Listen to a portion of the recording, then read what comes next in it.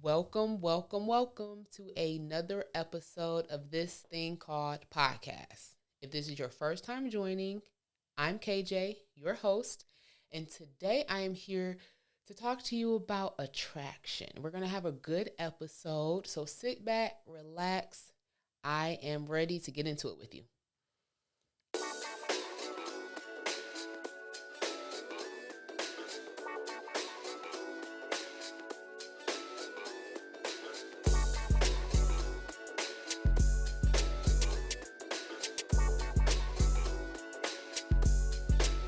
Okay, so like I said, welcome back.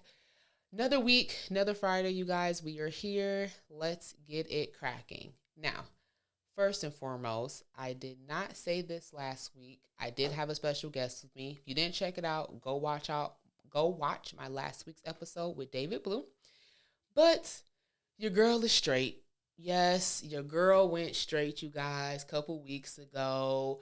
Don't worry, the curly hair will be back because I do love my curly hair. But if you know anything about natural hair, had to get the ends trimmed, had to go ahead and maintain and take care of it.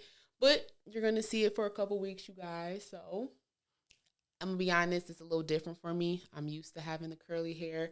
So straight is a little different. But when I was younger, this was the look I always wanted. So it's kind of interesting now. I flip-flopped as I've gotten older. But that's just the first thing I wanted to bring out. Second thing, you guys, I'm starting to do things a little different. So bear with me on this journey. It is a journey that we are walking through together, you guys. Again, when I first started this, I was new to podcasting. I was new to being in front of a camera. Now I feel myself getting a little used to it. I'm getting better. Have some changes, some new things coming this year. So stick with me. Thank you so much. I want to thank, first of all, everyone that subscribed, everyone that has followed, liked, watched the episode, listened to an episode. Thank you. Thank you so much for your support. I do appreciate it. While we're on the topic, go ahead and subscribe if you haven't. The button's right there. Hit it anywhere on the video. There's a like button. Hit that too. I know I always say it at the end, but I'm going to say it right now. Do it right now, you guys, so you don't forget. Hit it right now. But I also want to say we're going to take a shot this time because, again, we're getting into some new stuff, some different stuff. So I'm going to go ahead and start episodes, spicing things up a little bit. So I'm going to go ahead and take a shot of Hennessy, whatever you might have a shot of, whether it's juice, whether it's water, you guys. It don't matter. It don't have to be liquor. It could be wine. It can be Chardonnay. It could be champagne. Whatever you want to take a sip of, a drink of, that's what we're going to do right now. So go ahead. Join me, you guys. We're going to do it. All right. So now we're going to get into our episode. With this being our first episode of February, February is Black History Month. So I am going to always, at the top of each episode, bring you a Black history fact, two of them that I find interesting, that I learned either outside of school when I was an adult on my own. School books did not teach me this, is what I'm trying to tell you guys. School books did not teach me the facts I'm about to tell you. So go look them up if you want to make sure they're true. Research them. If you put a fact in the comments, if you have a fact of yourself, I'm open. This is Black History Month, so we're sharing all of the Black history. And there is so much Black history. We talk about all of it here. So let's go ahead and get into our Black history facts. In 1854, John Mercer Langston nobly became the first African-American lawyer in the state of Ohio. He went on to serve as the dean of the law department and vice president of Howard University. He's also remembered, as the first African American from Virginia to be elected to public office, especially to the U.S. Congress. So, and then let's give you a second one here. Dubbed hip hop's first godmother. If you know who that is, I'm going to stop right now. If you know who hip hop's first godmother is, put it in the comment section right here. You got 5, 4, 3, 2, 1. Okay. By Billboard singer and music producer Sylvia Robinson, produced the first ever commercially successful rap record, Rapper's Delight, by Sugar Hill Gang. And along with her husband, she co-owned the first hip-hop label, Sugar Hill Records. So shout out to Sylvia, shout out to John Mercer, shout out to all of our Black entrepreneurs, inventors, creators, even now. Shout out to you. This is Black History Month, so we are supporting and we are giving you facts from Black history. Now, we're going to go ahead and move into the next topic of our episode. Now, since Valentine's Day is coming up, you guys, I decided to go ahead, get a little into the relationship, love, sexy type of vibe, you guys. So we're going to talk about attraction today. Now, if you don't know anything about attraction, you might just think of attraction as just being sexual, just being the lust, or being the romantic type of attraction that is just commonly known. But there are actual several types of attraction. And when it comes to attraction, it's just not on a sexual level. You can be intellectually attracted to somebody. You can be romantically. You can be sexually. You can be aesthetically. There are so many different attractions that you can have. And so as a people, we have to understand that just because you're attracted to one person one way doesn't mean that's going to be the same for the next or even your next relationship. One type of attraction might work, whereas you get into a whole new relationship and you're on a whole new level of attraction. So first and foremost, what I'm going to say about attraction is learn yourself. Learn what attracts you, learn what you're attracted to, learn what drives your attraction. Because sometimes as people, we don't really know or understand why we're attracted to somebody or something, or what attracts us to that person. So ask the questions. Well, what do you see that is attracting? What do you love about them or like about them that is attracting to you? There could be some things that are disattracting. That's all a part of attraction too. Because a lot of times if it's a turn off, then yeah, you're not going to be attracted to it. So it's good to know what your turn offs are as well. Now, if you're not in a relationship, attraction could be interesting or difficult to talk about because you're playing the field, right? You're out dating, you're out meeting and greeting, mixing and mingling, just getting vibes of everybody. So your attractions could vary. Again, learning you is important in that stage because when you learn you, then you're able to know what you like and what you don't know and how to move in the right and appropriate situation. Now, if you're in a relationship, depending on how long you've been in a relationship, you are either fully in love because you guys are only been together for a couple years and you're still in that honeymoon phase, or you can be 5, 10, 15 years into something and maybe that attraction is slipping, right? Maybe you're seeing differences, not understanding what's happening or why, or even how to get them back on track, right? That's okay. KJ gonna tell y'all. KJ gonna help y'all out. When it comes to attraction, first of all, again, knowing yourself is cool. But second of all, know your partner. So it's not all about you when you're in a relationship. You have to know your partner as well. Know what they're attracted to. Know what attracts them. I know that it's a cliche to say you got to keep yourself up how that person met you. But it is true on both sides, especially when it comes to a physical attraction. How you meet somebody is usually how you're initially attracted to them. Now, as the years, months, time goes on, people change, right? Things happen, life happens, even medical things happen that can cause a person to look, be, or feel different. That is okay.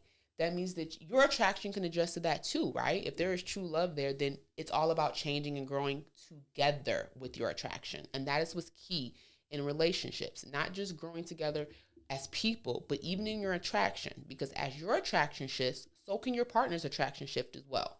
So it's important to learn, even as the years go on, where you started at, but where you're at now could be completely different. What I want you to do is ask yourself a couple of questions.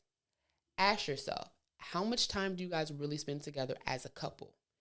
When you are spending time as a couple, what activities are you doing together? So, are you spending 5 minutes together and it's just really quick, y'all just saying hi and bye, going out the door in between, you leaving from work, he's coming from work, or you guys actually spending time together? Are you sitting down for 30 minutes to talk? Are you spending 2 hours to enjoy movie time together, enjoy intimate time together? Are you going out to maybe enjoy outside time, bowling? There's so many things to do outside, go-kart racing, walking in the park, a picnic. I understand I'm in Michigan, it's winter right now, so a picnic outside might not be plausible, but in the summertime, springtime, it works just all the same. What's really happening? What are you guys doing? When it comes to attraction, especially with men, it first starts physical, and it's even an attraction with outside of men. it's all about feeling. It's all about a feeling that someone is giving you. That's really what ultimately attraction is. Ask yourself, what turns you on? What turns your partner on? Ask yourself, have you really even taken inventory to appreciate your partner? Because sometimes that's where attraction can go down. If someone's feeling like they're less appreciated or underappreciated, then at that point, it starts weighing on other effects of the relationship. Do you compliment your partner frequently? Even as simple, you're doing a good job. Thank you for this. I appreciate that. Kiss on the cheek. All of that, even the little things, can help build attraction, can help renew attraction in a relationship. Sometimes thinking about where you started at. When you guys were first dating, if you're married, what were the things that kept the spark going? What were the things that kept you attractive? For everyone is different. Again, you have to know yourself. You have to know your partner. It's just not all one way. Attraction just doesn't work like that. And just because you're attracted to somebody sexually or physically does not mean that you guys will be attracted romantically or intellectually or in any other level. So you have to be able to really break down why you're attracted to the person, what attracts you, and understand where your attractions come from. All of those are key and important. Now, KJ is going to give you some tips, some things that you can do to help build the attraction, rejuvenate, reinvigorate the attraction in your relationship. Valentine's Day is coming up, and I get it. It might only be a week and a half away, but there is still time that you can take, even if you do little things day by day. Like I said, leave a little compliment, send a quick text message, a quick little phone call, quick little gentle hug. All those things can help start building. So if you do little things each day, by the time you get to Valentine's Day, you can have a little bit of attraction there to where you can have a great night, a wonderful day, wonderful weekend, whatever you have planned to do. And even if you don't have plans, even if you don't have anything planned to do right now, maybe that'll start getting you in the mode to start planning something. Because ladies, men don't have to just cater to us. We can cater to men too on Valentine's Day, but we can speak on that later. But let me go ahead and give you some recommended activities or things you can do to help start building up that attraction. Take you some date nights. That's the first thing. Date nights is always key. Date nights can be something easy, simple, fun that you can do. When it comes to date nights, especially if you're in a tipped in the relationship, leave all of that drama, all that messiness outside of date night. It doesn't belong there. If you guys are going to date night, you're going there to enjoy each other, to get the relationship back, to get to enjoy each other as a couple. Leave all that outside mess outside of date night, okay? That way, it will be a successful date night to help build that attraction. Start a hobby together. Sometimes doing something like reading a book. There are some sexual novels that you can get, romance novels. You can start reading them in bed, cooking meals together. There are little things you can do, watching TV, little hobbies that you can start. Start a garden together. Whatever floats your boat to start building some type of togetherness. Because that's what, when you're in a coupleness, when you're trying to build attraction, it's all about bringing yourselves together. I'm going to say this, and this might sound funny. Do more kissing and touching. It might sound easy. It might sound simple. It might sound and be like, what? KJ said it, so do it. Do more kissing and touching. That is going to help. Ladies, I'm telling you, especially with guys, it's going to help. They're physical. They're attracted to that physical touch, that physical thing. Be more physical. Random kiss, random touch, random hug every now and again. It doesn't have to go even into sex or even into the full-fledged woo-boo-ha. It doesn't have to get there, but just something simple. A little simple gesture to be like, I'm thinking about you. I appreciate you. We're here together. Thank you. It's all about togetherness. I'm going to keep saying that, you guys, till you get it. It's all about the togetherness. And then I guess leading into that, don't be afraid to spice things up even. Again, know your partner, know what they like and what they don't like. Some people have quirky kinks in the bedroom, others don't. So again, knowing yourself, knowing your partner is key, but sometimes spicing it up can help. And then one last thing is sometimes if you act more like individuals than a couple, that can help too. So I know you just said KJ. The whole episode you've been saying togetherness, togetherness, togetherness. I got y'all. Yes, I have. And yes, that is key and important. However, sometimes too much togetherness can also wear on the attraction. So like the statement says, sometimes, the time apart helps the heart grow fonder. sometimes doing things apart as a couple, as individuals, if you are so much together as a couple, if you're living together, working together, shopping together, doing everything together, then maybe sometimes having a little bit of partness and doing things as individuals can help spark that attraction as well. So again, it's all based on you, your relationship, you as individuals, but it's key. And it first starts with the research, doing the work that it takes to actually bring the attraction back. It's not going to be easy. And again, Valentine's Day is coming up. So I'm not going to say you're going to be back to full-blown lovebirds by Valentine's Day, but it's a start.